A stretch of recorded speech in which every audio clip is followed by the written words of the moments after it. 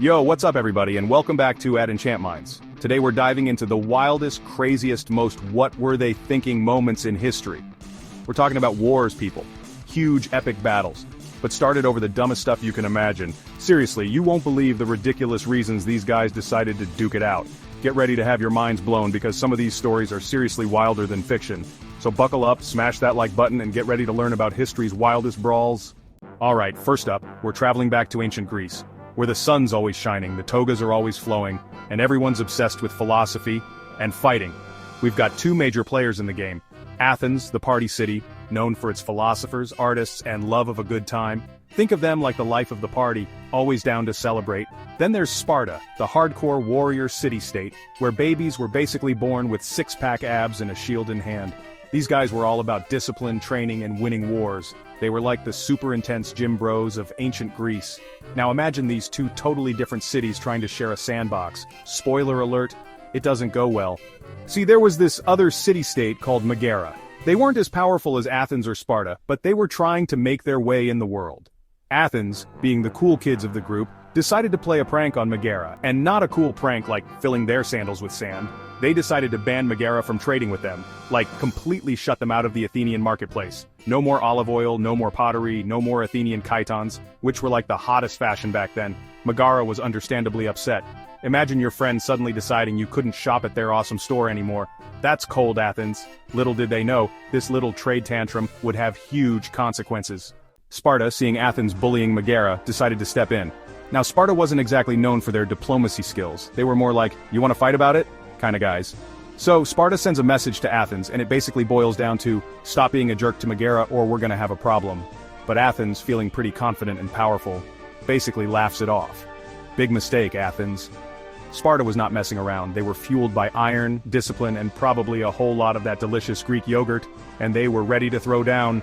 This, my friends, is where the fun begins. Get ready for the Peloponnesian War, a 27-year-long brawl that would change the course of Greek history. Alright, moving on from toga parties and olive oil wrestling matches, let's fast forward a few centuries and head over to the Mediterranean Sea. This vast body of water has been the cradle of many civilizations, a bustling hub of trade, culture, and conflict. Imagine the azure waves, the salty breeze, and the ships laden with goods from far-off lands. It's a place where history was made and legends were born. This time, we've got two new contenders entering the ring. Rome, the up-and-coming empire with a serious case of world domination on their mind. Picture the grandeur of ancient Rome with its towering columns, bustling forums, and disciplined legions. Rome wasn't just a city, it was an idea, a force that sought to bring the known world under its control. And Carthage, a wealthy trading empire chilling on the coast of North Africa.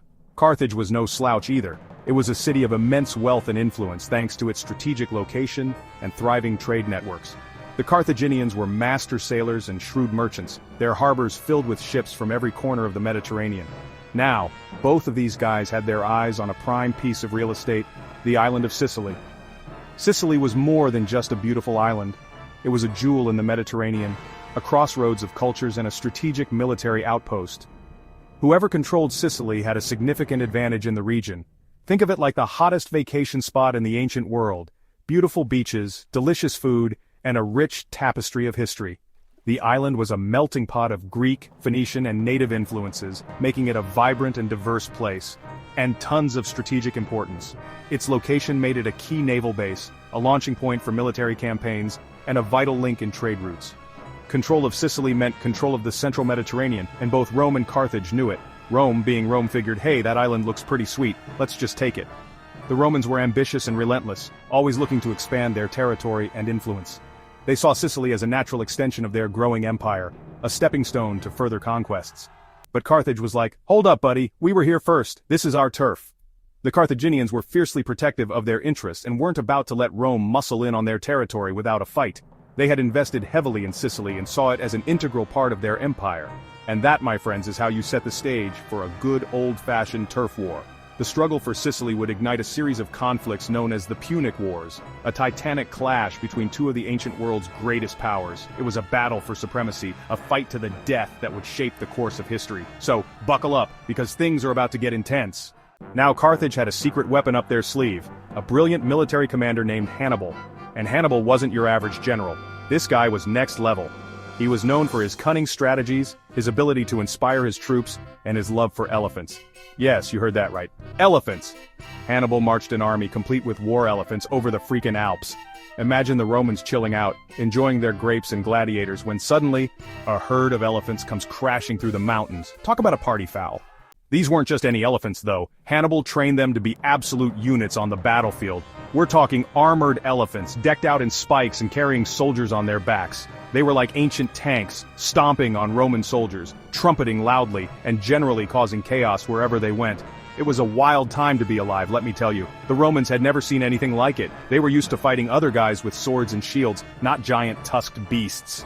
It was a total game changer. The Punic Wars, as they're called, were some of the most epic battles in history, with elephants, chariots, and enough drama to make a Hollywood producer drool. Stay tuned to find out who ultimately takes home the prize and the island. Alright guys, buckle up because this one's wild. We're talking about the 30 Years' War, and you won't believe how it started. This war was one of the longest and most destructive conflicts in European history, and it all kicked off in the most unexpected way. Picture this, it's 1618 and we're in Prague, which is a pretty happening place back then. Prague was a city of grandeur and culture, bustling with life and activity. It was a melting pot of ideas, politics, and, unfortunately, a lot of tension. We've got emperors, kings, and all those fancy folks living large.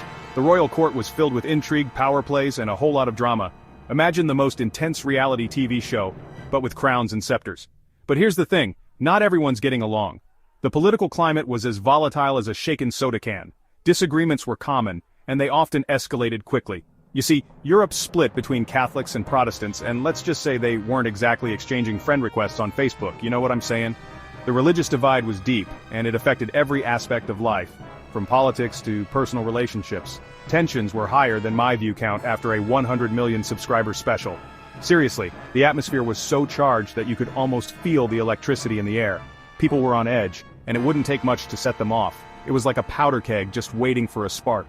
The situation was incredibly fragile, and everyone knew it. One wrong move, and the whole thing could blow up. And guys, you won't believe what lit the fuse. It wasn't a grand battle or a major political maneuver, nope. It was something much more unexpected. It all started with a couple of guys, a window, and a whole lot of bad blood. These guys were representatives of the Catholic King Ferdinand II, and they were meeting with Protestant nobles. The meeting didn't go well, to say the least. I'm talking about the defenestration of Prague, which sounds way fancier than it actually was. Basically, the Protestant nobles got so fed up that they threw the Catholic representatives out of a window. Yep, you heard that right. They literally tossed them out of a window. Can you imagine the shock? People were absolutely stunned. This act of defenestration was like throwing a match into a barrel of gunpowder. It ignited a conflict that would rage for 30 years. The 30 Years' War was brutal. It involved many of the major European powers, and it devastated entire regions. Cities were destroyed, economies were ruined, and millions of people lost their lives. The war finally ended in 1648 with the Peace of Westphalia, which redrew the map of Europe and changed the course of history. But the scars of the conflict remained for generations. Today Prague is a beautiful city that attracts millions of tourists every year, but if you look closely, you can still see the echoes of its turbulent past. The defenestration of Prague is a reminder of how small actions can have huge consequences. So next time you hear about a window war, remember the 30 Years' War and the defenestration of Prague. It's a wild story that shows just how unpredictable history can be. And who knows, maybe it'll inspire you to look at the windows in your life a little differently. Thanks for watching, guys. If you enjoyed this dive into history, make sure to like, subscribe, and hit that notification bell. We've got plenty more wild stories coming your way. Until next time, stay curious. So, there's this big meeting going down at the Prague Castle, right? It's packed with all these important Catholic dudes like the VIP section at a Drake concert. They're chilling, discussing politics and whatnot, when suddenly, a group of Protestants barge in like they're crashing the party. These guys were not messing around. They were furious about their religious freedom being threatened, and they were about to make a statement. Now, I'm all for standing up for what you believe in, but these guys took it to a whole other level. They grabbed a couple of the Catholic officials and, get this, chucked them right out the window. Yeah, you heard that right, straight out the window. Now you might think these guys were toast, right? Free-falling from a castle window isn't exactly a recipe for a good time. Imagine the sheer terror of plummeting from such a height, the wind rushing past your ears, the ground coming up fast. It's the stuff of nightmares, and you'd be forgiven for thinking that this was the end of the line for our unfortunate friends. But get this, they survived. I know, right? Rumor has it, they landed in a giant pile of manure. Yes, you heard that correctly. A massive stinking heap of manure broke their fall and saved their lives. It's almost too ridiculous to believe, but sometimes truth is stranger than fiction. The sheer luck involved is mind-boggling. Imagine the scene, two men, covered head to toe in filth but miraculously alive. Talk about a crappy situation. But hey, at least they lived to tell the tale. And what a tale it must have been. Can you picture the looks on their faces, the shock, the relief, the utter disbelief, and then the laughter? Because sometimes when you're faced with the absurdity of life, all you can do is laugh. Their survival became the stuff of legend, a bizarre twist in an already tumultuous time. But here's where things get really crazy. This whole window incident wasn't just some random prank. It was a spark in a powder keg, a catalyst for something much bigger. The political and religious tensions of the time were already simmering. And this event was the match that lit the fuse. The defenestration, as it came to be known, was a deliberate act of rebellion, a statement that could not be ignored. It ignited a firestorm of anger and resentment that spread across Europe faster than a viral TikTok challenge. The news of the defenestration spread like wildfire, fanning the flames of conflict. Alliances were formed, enemies were made, and the continent was plunged into chaos. The 30 Years' War was a brutal, devastating conflict that reshaped the political landscape of Europe. It was a war of religion, of power, of survival. I'm talking about the 30 Years' War, a conflict so massive, it's still considered one of the most destructive in human history. Entire regions were laid to waste, cities were razed, and countless lives were lost. The war dragged on for 3 decades, leaving a trail of devastation in its wake. It was a time of great suffering, but also of great resilience. People endured, adapted, and eventually, the war came to an end. All because of a couple of guys who got tossed out a window. Stay tuned to find out how this wild ride plays out. The defenestration was just the beginning, a single event that set off a chain reaction of epic proportions. The story of the 30 Years' War is one of intrigue, betrayal, and survival. It's a tale that reminds us of the fragility of peace and the enduring human spirit. So buckle up, because this is one history lesson you won't want to miss. Alright guys, you thought that window thing was wild, buckle up, because this next one is a doozy. We're talking about France and Britain, two countries that took their rivalry to a whole new level. I mean, we've all had our little disagreements, right? Like, maybe your brother stole your fries or your sister borrowed your favorite shirt without asking, but did you declare war over it? Probably not. But France and Britain, oh yeah, they went there. And get this, they weren't just fighting over some small piece of land, no, these guys were going head-to-head across entire continents. We're talking North America, Europe, Asia, you name it, they fought over it. It's like they spun a globe, threw a dart and said, let's battle it out there.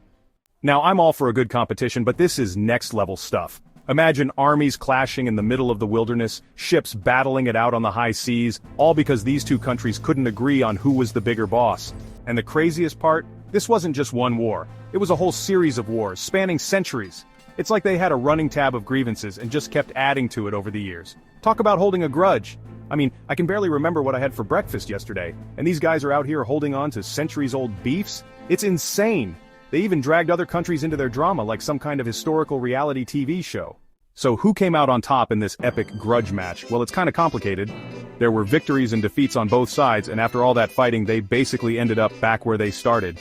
Talk about an anticlimactic ending, right? It's like watching a whole season of your favorite show, only to find out the finale got cancelled. All that fighting, all that drama, for what?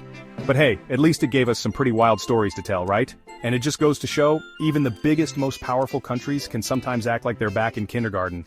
Alright, this next one is so ridiculous you won't believe it's real. We're talking about a war that started over, wait for it, an ear. You heard me right, an ear. So picture this, it's the 1700s and this British captain Robert Jenkins is sailing the high seas. Now tensions between Britain and Spain are already high, like higher than a giraffe on a trampoline. Suddenly, out of nowhere, a Spanish ship intercepts Jenkins's vessel. They board his ship, tie him to a post, and then, get this, they cut off his ear. I'm not even kidding. They straight up lopped off his ear like it was nothing.